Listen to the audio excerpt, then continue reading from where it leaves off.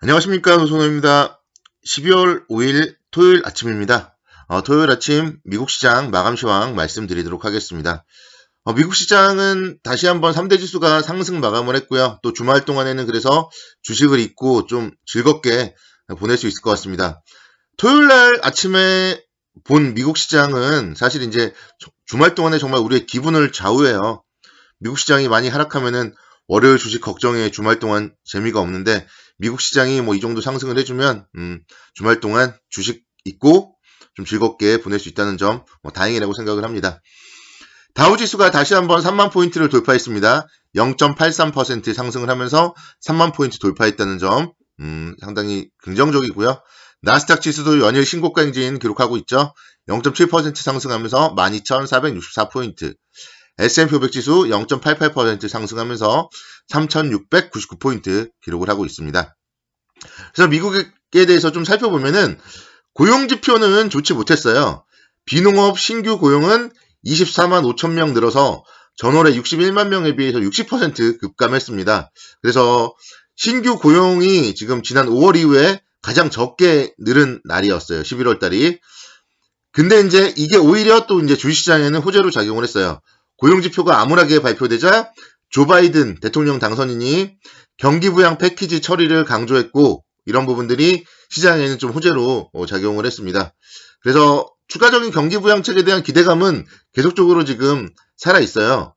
경기부양책이 아직까지는 하고 있지 않기 때문에 추가적인 경기부양책은 살아있는데 현재 이제 협상하고 있는 경기부양책은 이전에 비했을 때는 좀 상당히 주름 규모다. 이런 점들은 좀 생각을 해야 됩니다. 미국 민주당에서 원래 2조 달러 이상의 부양책을 고수하다가 9천억 달러 규모로 물러서면서 지금 협상 타결에 대한 기대감이 커지고 있기 때문에 그 부분에 대해서는 좀 염두를 해야 되고 협상이 타결이 되면은 역시 이제 재료 노출로 좀 하락을 할 수 있다. 이런 점도 생각을 해야 돼요. 우리 주식 시장에서는 격언들이 정말 많거든요. 근데 그 중에서도 소문에 사서 뉴스에 팔아라 뭐 이런 격언들이 있어요. 그래서 지금 계속적으로 경기 부양에 대한 기대감 계속 나오고 있잖아요. 그러면서 하락하면은 뭐가 안 좋은 게 나오면 경기 부양에 대한 기대감이 하단을 지지해주는 상황이고요. 그래서 그게 이제 현실화될 경우에는 재료 노출이 될 수 있다. 이런 점들 감안을 해야 됩니다. 국제유가도 상승을 했어요. 유가 차트 잠깐 보시면은 어제 거는 지금 이제 차트에 반영이 안 돼서 제가 이제 기록을 해놨는데 배럴당 1.4달러 1.4% 상승을 해서 46.26달러까지 상승을 했습니다. 그래서 11월 25일에 고점까지 다시 한번 상승을 했고요. 주가가 이렇게 상승을 할 때 유가가 같이 상승을 해주면 경기에 대한 기대감이 있기 때문에 상승은 진짜 상승이다 이렇게 말씀을 드리는 거고 그래서 유가의 상승 일단은 긍정적이다. 그렇게 말씀을 드리겠습니다. 국제유가는 그래서 여러분들이 유가, 정유주 매매를 하지 않더라도 계속적으로 좀 체크를 해보면서 대응을 할 필요가 있어요.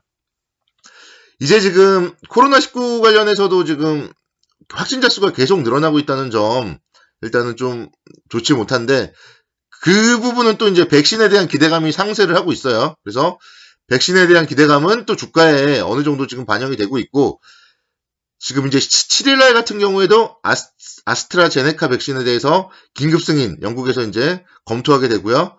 미국에서도 화이자 백신에 대해서 긴급 승인 신청이 10일날 결정될 예정입니다. 근데 이제 백신에 대한 기대감은 사실 이미 시장에 어느 정도 반영이 되었어요. 이런 날 갭 상승을 엄청 하고 엄청 많이 올랐을 때 백신에 대한 기대감이 반영되었잖아요. 국내에서도 마찬가지고. 그래서 백신 관련돼서도 승인이 잘 안 되면은 좀 잡음이 발생할 수 있어요. 그래서 웬만하면은 또 승인을 할 텐데 승인을 안 해버리고 코로나 확진자 수가 늘어나면은 또 문제가 되거든요. 욕을 먹을 수 있잖아요. 그래서 일단은 승인을 해주지 않을까 이렇게 좀 생각이 되는데 혹시 모를 승인과 관련된 잡음이 발생될 경우에는 좀 시장의 변동성 확대로 이어질 가능성이 높다. 이런 점들도 생각은 어느 정도는 해둬야 돼요. 그리고 다음 주에 또 이제 ECB 유럽 중앙은행 통화정책 회의도 예정이 되어 있는데 이런 통화정책 회의에서도 어떤 얘기를 하는지 주목을 해봐야 돼요. 지금 보면 달러와 약세, 그래서 유로와 강세, 그리고 이제 국내에서도 원화 강세 기조가 이어지고 있습니다.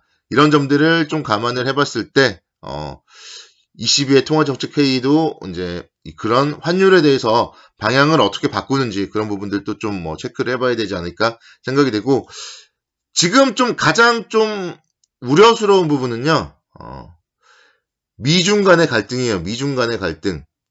요즘에 보면 중국 시장 상해 종합주가지수가 좀 좋지 못하거든요. 수요일, 목요일, 금요일 중국 시장의 움직임이 나쁘진 않았는데 계속 지금 좋지 못했어요. 이틀 동안 음봉이었고 어제는 양봉이었는데 아랫꼬리를 좀 상당히 많이 달았고요. 저가 매수세가 있다 이렇게 해석을 할 수도 있겠지만, 미중 갈등이 언제든지 부각되면은 좀 중국 시장과 함께 우리 시장도 같이 흔들릴 수 있다. 이런 점들도 염두를 해둬야 될 것 같아요. 도널드 트럼프 행정부가 이제 정권 막바지인데 중국 기업 그리고 공산당에 대해서 제재를 계속하고 있어요. 근데 이제 바이든 당선인도 중국에 대한 고율 관세를 곧바로는 바꾸지 않을 것이다. 그런 얘기를 했거든요. 또 이제 관세를 부과해야지 미국도 세금을 걷는 거니까요. 그래서 아무래도 이런 부분들, 바이든 당선인이 트럼프 대통령의, 트럼프 행정부의 기조를 이어나간다. 이런 점들은 미중 갈등에 대해서 좀 계속적으로 지속될 수 있다. 그래서 좀 시장에는 좀 부담으로 작용을 할 수 있다. 그렇게 말씀을 드릴 수 있겠습니다. 그래서 그런 부분들 계속적으로 미중 간의 얘기들도 뉴스를 계속 좀 촉각해서 살펴봐야 될 것 같아요. 국제유가가 상승을 했기 때문에 에너지 관련주들이 한 급등을 했고요. 또 기술주들도 상승을 했고, 특히 이제 미국에서는 캐터필라가 많이 상승했더라고요. 중장비 업체잖아요. 그래서 캐터필라의 상승, 그리고 석유 업체 쉐브론 지수 상승을 견인했다. 이런 점들을 봤을 때 다음 주에 우리 시장에서는 또 힌트를 얻을 수 있겠죠. 이런 부분들 말씀을 드리면은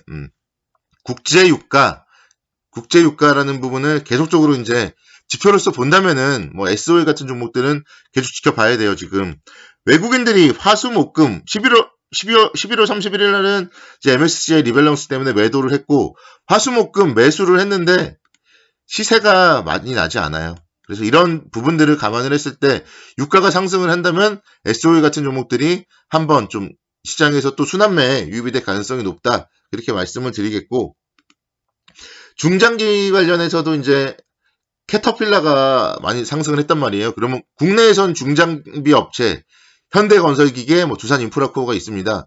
그 중에서 현대건설기계가 최근에 이제 대장이거든요. 근데 지난주에 윗꼬리를 이틀 달았어요. 그리고 나서 좀 쉬어가는 모습이에요. 그러다가 12월 3일 목요일 날 장대 음봉이 나왔고, 어제 이제 11선에서 양봉이 나왔어요. 그래서 어제 이런 부분들, 이런 캔들들 좀 상당히 안정적인 캔들이고, 또 외국인들의 매수도 소폭 유입이 되었다. 이런 점들을 감안을 해봤을 때 다시 한번 이런 종목들 신고가 내는 종목들이기 때문에 위에서는 차익 실현 매물이 지금 출회될 수 있겠죠.